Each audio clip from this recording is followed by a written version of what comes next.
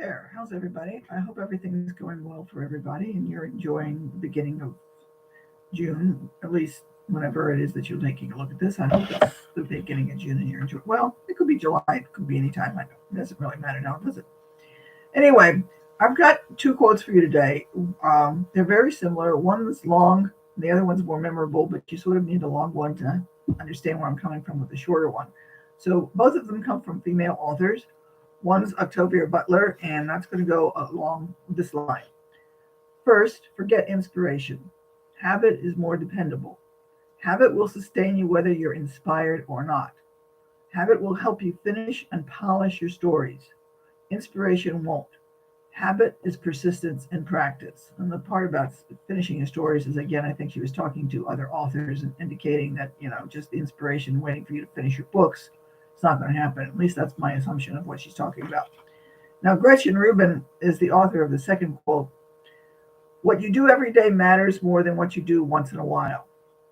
As I said, difference in length, and the second one is much more meaningful when you have the first one in connection to it. As I said, if we've talked about this before on goals, and I talked about big hairy goals a few weeks ago, and no matter what your goals are, whether it's to pay off your debt, lose weight, save your money, get good grades in school, whatever your goal is going to be, many people tend to wait for, quote, inspiration, or they wait for something when they feel like doing it, or some such thing like that. Oh, I'll get started with my diet tomorrow. Oh, I'll get started with this book next week. Or I need to do this now. I'll save my money later at the beginning of the month, whatever.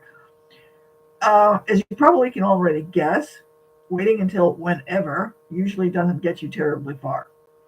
What gets you someplace is that when you're developing the habit, when you do something on every day or every other day, depending on what the habit is, that's what keeps you going. And that's the point to these particular quotes, is because once you develop the habit of doing something, you tend to do it automatically and it gets done. So if you've got, say, like you turn on the coffee pot every morning, you're going to turn the coffee pot on every morning, even though maybe you have to go get some blood work or something like that, and you shouldn't turn it on. You'll turn the coffee pot on anyway. So that the things that you're going to do by habit are the things that are actually going to get done, simply because they become such a part of your routine that your body and your mind do it almost without permission, so to speak, if you will. You'll find yourself doing something without even thinking about it. If you've ever smoked, or maybe it's something with eating and you've already got something that you just have a tendency to do something, you realize how strong those habits can be if you associate 2 or 3 behaviors with something else. So the moment, let me use smoking as an example. A lot of people who smoke say that one of the first things they do in the morning is have a cigarette, or after a meal they have a cigarette. The waking up and the reaching for the cigarette is such an ingrained habit that they do it without thinking about it. Same thing goes with the meal. These habits are what makes smoking, or the cessation of smoking anyway, so difficult, is because they become so ingrained in us that it becomes difficult to stop. Same thing with food. If you've got an association of having dessert after dinner, and what you're trying to do is not have dessert, just the meal itself is going to trigger the desire for the dessert. Changing the habit will help, as opposed to, or in this particular case, changing the kind of dessert you have may be more beneficial, but at least that way you're working with your habits. So that, as we've talked about habits, is just think in terms that if there's something that you want to deal with, or once you get started with, or want to accomplish or not accomplish, as the case may be, instead of, say, like losing weight, think in terms of how you can break this down into something really, really small. And again, I've talked about this before. You can't just do a big thing all at once. It's just not going to work. You've got to break it down into a small habit that you can do daily or every other day, or whatever it tends to be. So that you think in terms of what's small. And I mentioned this before. If you want to say, like, start running, lay out your running clothes.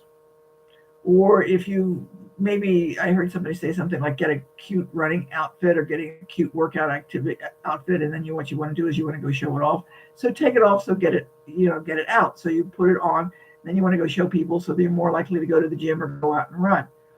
The thing about it is you've got to keep taking the outfit out so that you can see it, so you get that desire to want to show off the outfit or something, so that you do it. And then once you've got it on, it becomes more natural. Or, well, okay, now that I've got it on, let me go ahead and run. Or now that I've got it on, let me at least go out to the front door, so that you start doing something small. And once you do that small, in a sense, like you get the outfit on, then you go out to the front door. Once you're outside, it's easier to just say, oh, well, let me at least run down to the block. And then sooner or later, you'll build up that habit. Maybe you'll end up, running 5 miles. Who knows? It might take you a few months, but you're never going to get to the point of being able to run 5 miles if you can't even get yourself to put the outfit on and go out to the front door. So that we're having to build up the habits here. If you're trying to study and you're looking at a book, you've been assigned a book that you've got like 500 pages or something, get in the habit of reading at least one page or a section of the book, not maybe a one page, because that probably won't help. But if your book breaks down into sections or easily the visible spots, like frequently you'll have several paragraphs and then you'll have a couple of spaces between it before the next section starts.